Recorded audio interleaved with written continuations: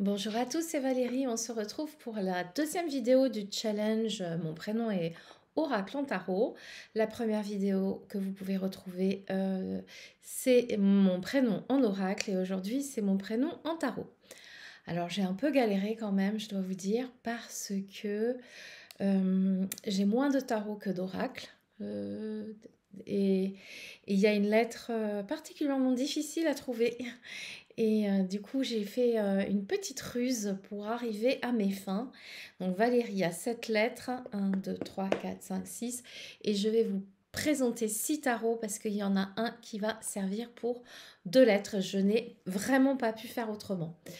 Euh, et deuxième chose, sur la première vidéo, je suis désolée, je me suis trompée de caméra et j'ai pris la caméra de l'ordinateur qui filme les textes à l'envers. Mais aujourd'hui, rassurez-vous, je ne me suis pas trompée et vous verrez mieux. Alors, le tout premier tarot que je voudrais vous présenter, c'est un tarot qu'on ne peut plus trouver, mais que nous allons bientôt retrouver. C'est le tarot interdit Vampiria, pour le V de Valérie, Vampiria, voilà, de Victor Dixon. Enfin, d'après l'œuvre de Victor Dixon, et je crois que ça a été fait aussi par Emmanuel G et Nicolas Jamonot. Alors pourquoi on ne peut pas le trouver? En fait, moi je l'ai précommandé, je l'ai reçu cet automne et il a été très rapidement retiré, je crois au bout de quelques jours, il a été retiré de la circulation parce qu'il y avait un manque de qualité, je pense, sur la boîte, sur les cartes. Enfin, comme je disais dans la review que j'en ai faite, à 14,95 €, bon, je sais que c'est du mass market, mais même à 14,95 €, il est quand même assez incroyable. Alors, le tarot interdit Vampiria, d'après l'œuvre de Victor Dixon, je vous l'ai présenté en review. C'est celui que j'ai choisi, que j'utilise pas beaucoup, parce que les arcanes mineurs reprennent plus le tarot de Marseille que le Rider. Et j'avoue que j'aime bien avoir le Rider. Voyez, regardez. Donc, nous avons des pieux pour les bâtons, des miroirs, et il n'y a pas du tout de scène de vie. Mais en fait, les mineurs représentent, donc vous avez bien évidemment les personnes de cour, mais les mineurs représentent les armes avec lesquelles on peut tuer les vampires. Il y a toute une histoire qui est racontée dans le petit guidebook. Si vous entendez des bruits, c'est les petits-enfants qui font du bruit. Et oui, parce que quand les enfants sont plus là, on a les petits-enfants. Donc il y a une histoire super sympa dans le guidebook que j'avais présenté d'ailleurs. Moi, je suis un peu fan de vampires, donc quand j'ai vu ça, je l'ai précommandé. Voilà, vous voyez donc l'épée, ça reste le même, le pieu et l'argent, bien évidemment, puisque l'argent tue les vampires. Vous voyez, donc pour moi, c'est plus difficile de faire le travail, sachant que le tarot de Marseille, je l'utilise depuis, je sais pas, 20-25 ans, mais que vraiment dans les arcanes majeures. Et les arcanes mineures, je les ai un peu étudiées, mais sans plus. Je trouve que c'est un peu plus rébarbatif. Voilà l'impératrice pour les arcanes majeures. Et j'aime bien ce côté un peu anachronique qui vient dans le jeu. Et du coup, je ne maîtrise pas du tout les arcanes mineurs du Marseille. Pour autant, je trouve que c'est très très beau d'avoir fait cette réalisation. La roue des possibles pour la roue de fortune. Je trouve qu'il y a des jolies cartes. Alors, effectivement, les arcanes ne sont pas d'une super qualité parce que je poigne, elles ne se remettent pas bien en place. Hein. Mais 14,95 € quoi. Quand je vois que mon Venetian Golden le Normand, ça plus qui est tout petit, plus les frais de port, etc. Bon, c'est un auto-édité, j'ai payé dans les 100 €. Avec les frais de port, il y en a plus de 25 €. Donc là, c'est sûr qu'il fait bien le job. Hein. Bon, par contre, pour débuter, c'est pas l'idéal, justement, à cause des mineurs. Voilà pour le V. Pour le A, sans surprise, j'ai pris le tarot akashique, puisque si vous suivez cette chaîne, vous devez savoir que tout ce qui concerne ce plan subtil très particulier me passionne, me fascine. Et je l'étudie sous toutes ses coutures et tout ce qui est écrit, tous les jeux, toutes les vidéos qui sortent sur le sujet, je regarde, sans parler des connexions que je fais régulièrement avec mes enseignants.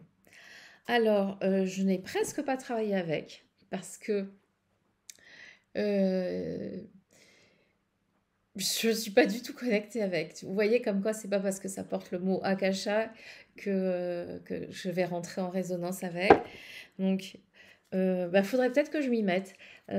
Tout est très différent. Donc, vous avez des clés. La reine des clés. Vous voyez, elle est vraiment pas mélangée. Hein. Pourtant, je l'ai regardé, les parchemins. Je lui ai peut-être pas donné sa chance. Je l'ai trouvé très très loin du tarot. Les roses, les forces. Voilà. J'ai trouvé très loin du tarot et je lui ai pas donné sa chance. Voilà. En fait, j'étais trop dans l'attente. Le tarot akashique, je me suis dit, bon, mais c'est bon, je vais voir les gardiens d'Akasha, les enseignants, les défunts. Et on n'est pas là-dedans. Bon, là, j'ai quand même le champ akashique, hein, mais j'ai pas pu me connecter de la même façon que quand je me connecte dans ces plans-là. Pardon, je regarde sans vous montrer. Malgré tout, si vous parle, n'hésitez pas. Il a été écrit par Sharon Ann Kingler et Sandra Ann Taylor. Édité chez Très Daniel pour 26 €. Voilà pour le A. Pour le L. Et Mass Market, bien évidemment. Oui, bien évidemment, parce que j'ai peu de tarots auto-édités, c'est bien dommage. J'en ai découvert beaucoup sur la chaîne de Saint-Cide. Et du coup, je ne sais pas lesquels choisir, tellement ils sont beaux. Pour la lettre L de Valérie, j'ai choisi, alors là, pour le coup, j'adore travailler avec. Ce sont les lames de l'âme tarot. Un tarot Mass Market aussi qui a été édité chez... C'est même pas marqué, c'est une blague, hein. Qui a été édité chez, je ne sais pas, pour 32 €. Pardon. La blonde. Voilà. C'est mon amie Fatima Bouziane, médium et hypnologue, qui m'en a parlé. Et là, j'ai séparé les lames majeures parce que je fais un travail de l'ombre sur les majeures avec. Donc voilà, la boîte n'est pas très pratique. Hein, donc quand c'est dans des boîtes comme ça, il n'y a pas marqué d'édition. Ah si, pardon, édition Buissière. Voilà. Formidable pour faire un shadow work, un travail de l'ombre avec les tarots. Donc je vous montre le dos de Pentacle.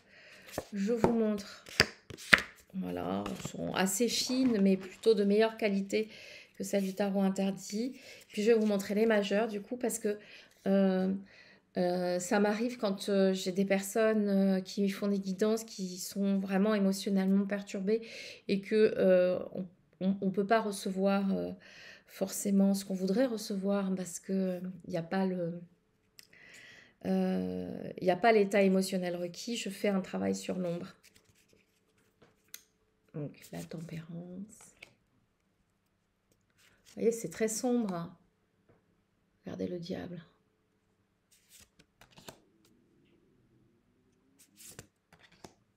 J'aime beaucoup, beaucoup, beaucoup ce tarot. Alors, j'aurais préféré qu'il soit qu'il n'y ait pas de bordure. Mais si j'enlève les bordures, j'enlève... alors, l'impératrice. Mais regardez-moi comme elle est belle, cette impératrice.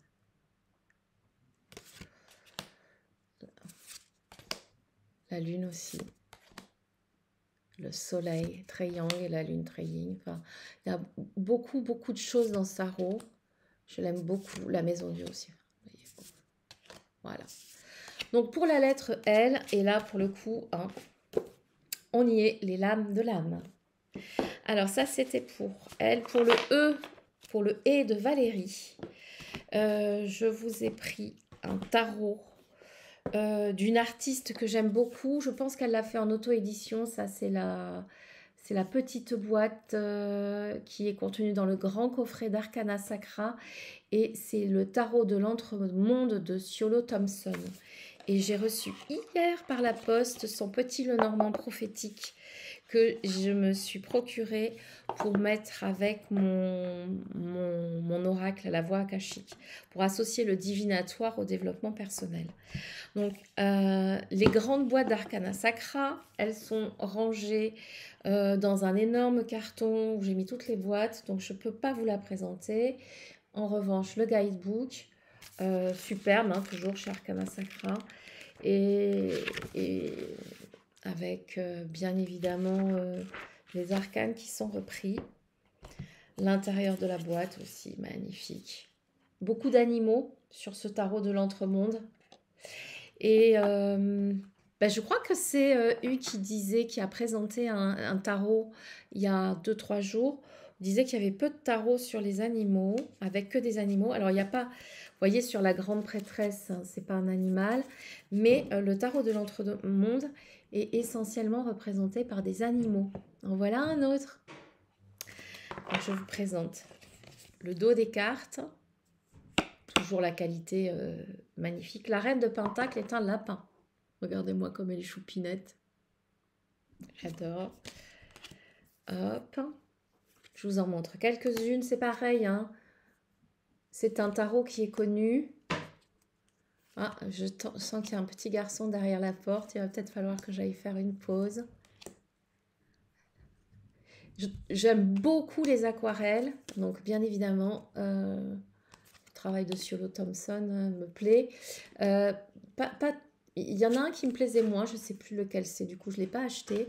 Mais là, le petit Lenormand prophétique, je vais vous faire une... Oh, la mort est magnifique. Le petit Lenormand prophétique est superbe. Excusez-moi, je vais faire une pause, petit garçon coquin. Je suis revenue. J'ai donc fini de vous présenter la lettre E avec le tarot de l'entremonde aux éditions Arcana Sacra. Magnifique coffret, j'aime beaucoup. Et je n'arrive pas à me résoudre à utiliser les boîtes. Alors, pour la lettre R, j'ai choisi un tarot. J'étais un peu déçue quand même parce que j'aime bien les tarots de Tiro Marchetti. J'aime beaucoup, hein. On aime ou on n'aime pas, moi j'adore. Mais ça rentrait pas dans mes lettres. Mais par contre, je trouve quand même qu'il y a quelque chose qui ressort de Tiro dans ce tarot. C'est le tarot des rêves de Gaïa de Ravine Félan, avec mon magnifique accent pas du tout correct, aux éditions Vega. C'est un très gros coffret, hein. Vous voyez, regardez, même plus gros que certains Arcana Sacra. Hop, regardez par rapport au... Voilà. Un très gros et beau coffret, noir. Et on sent la magie déjà, la magie de la terre. J'aime beaucoup ce tarot que lui j'utilise dans la totalité parce que, alors un guidebook énorme hein, qui fait 330 pages. Et pour faire des tirages prédictifs et psychologiques, mais prédictifs, passé, présent, futur, les blocages, tout ce qu'il peut y avoir en termes de divination. J'aime beaucoup ce tarot. De mon point de vue, quand on aime ce type d'atmosphère, il peut en plus convenir à quelqu'un qui débute, puisqu'il reprend bien le Rider-Waite. Je crois qu'il a des arcanes supplémentaires. Je me souviens plus. On va regarder ça ensemble. Hop. Voilà. Il est très très beau. J'aime beaucoup les éléments. Bon alors ça, bien évidemment. La reine de feu. Parce que c'est repris par les éléments.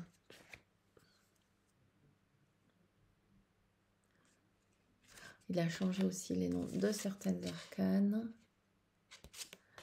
Le feu. Je vais essayer de vous montrer chaque famille. L'air. Oh là là, superbe. J'adore. À partir du moment où on a bien connecté avec les éléments, moi je le trouve assez... enfin, plus facile que le Vampiria en tout cas.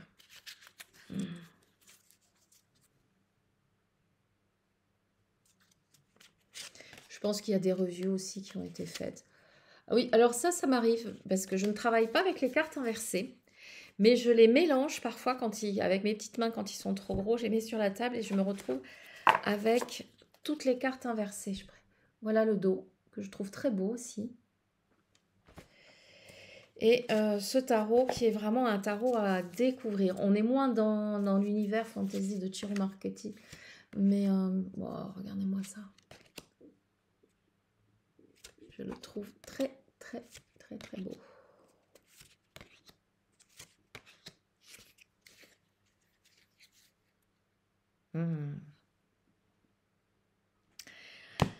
Voilà pour la lettre R, les rêves de Gaïa. Ok. Alors ensuite j'avais un I. J'ai eu beau faire tous mes jeux de tarot, tous mes petits Lenormand. J'en ai pas trouvé un qui commence par la lettre I. Et pour contourner le problème, je n'ai trouvé que celui-ci. C'est le tarot interdit. Donc pour la lettre V, j'ai pris le tarot interdit Vampiria. Et là, je prends la lettre I. Donc je ne vous le représente pas. Je n'ai pas trouvé mieux. Je n'ai pas une grande collection de tarots. Mais je suis persuadée que si vous relevez le challenge, vous saurez faire beaucoup mieux que moi. Et du coup, on va terminer avec la deuxième lettre E de mon prénom. Et j'ai choisi un tarot qui est sorti il y a peu de temps, qui est le tarot de l'Enchanteur, qui est un tarot, alors là, mais vraiment, vraiment pour les personnes qui aiment tout ce qui est sorcier, sorcière, magie, qui débute, et il est pile poil bien calé sur le Rider-Waite. La boîte est énorme aussi.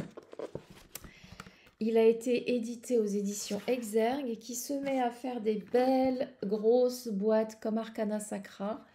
Arrêtez les gars parce qu'à un moment donné, on va plus savoir où les mettre. Le guidebook, l'intérieur de la boîte. L'intérieur de la boîte, hop. Les enchanteurs, la baguette magique et un guidebook. Alors par rapport à Arcana Sacra, il n'est pas en papier glacé. Mais moi, j'aime bien aussi parce qu'on peut écrire au crayon à papier dessus, ce que je n'ai pas fait. Mais voilà. Il est hyper... Pourquoi j'ai marqué une page? Je ne sais plus. Il est hyper simple, hyper bien fait pour les débutants, ceux qui ont besoin d'un livret d'accompagnement. Voilà le dos. Alors, le dos, c'est la reprise de, je crois, de ça. C'est la reprise de ceci. Les cartes sont fines, mais ça va. Les cartes sont fines et parfois c'est pas plus mal hein, parce que les petites mains, c'est plus facile. Moi, je suis quand même obligée de les mélanger comme ça. Donc là, je vais faire attention. Ouais, je les ai quand même trop mélangés. Et les illustrations sont, ma foi, plutôt réussies.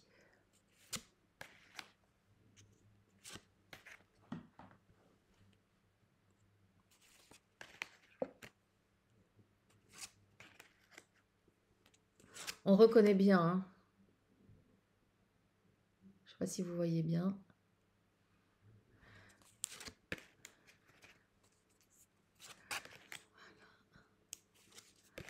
Et voilà le tarot des enchanteurs. En plus, il a un côté un peu modern look parfois. Et c'est assez facile d'aller raconter des histoires avec un petit peu de numérologie, etc. Et pas mal d'intuition. Regardez, là, c'est facile hein,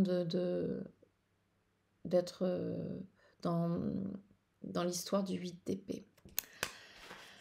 OK, et bien, ça sera tout pour, la deuxième vidéo. Je vais tâcher de vous poster ça tout à l'heure. Je vous remercie d'avoir participé à ce challenge en le regardant. Si vous voulez, le faire, eh bien, n'hésitez pas. En attendant, si vous n'êtes toujours pas abonné, abonnez-vous parce que bien évidemment, maintenant que je suis en meilleure forme suite à ce petit coco, qui n'était pas prévu au programme, je vais recommencer les guidances, et peut-être même dès aujourd'hui. Je vous embrasse très fort, je vous souhaite une très belle et douce journée. À très bientôt.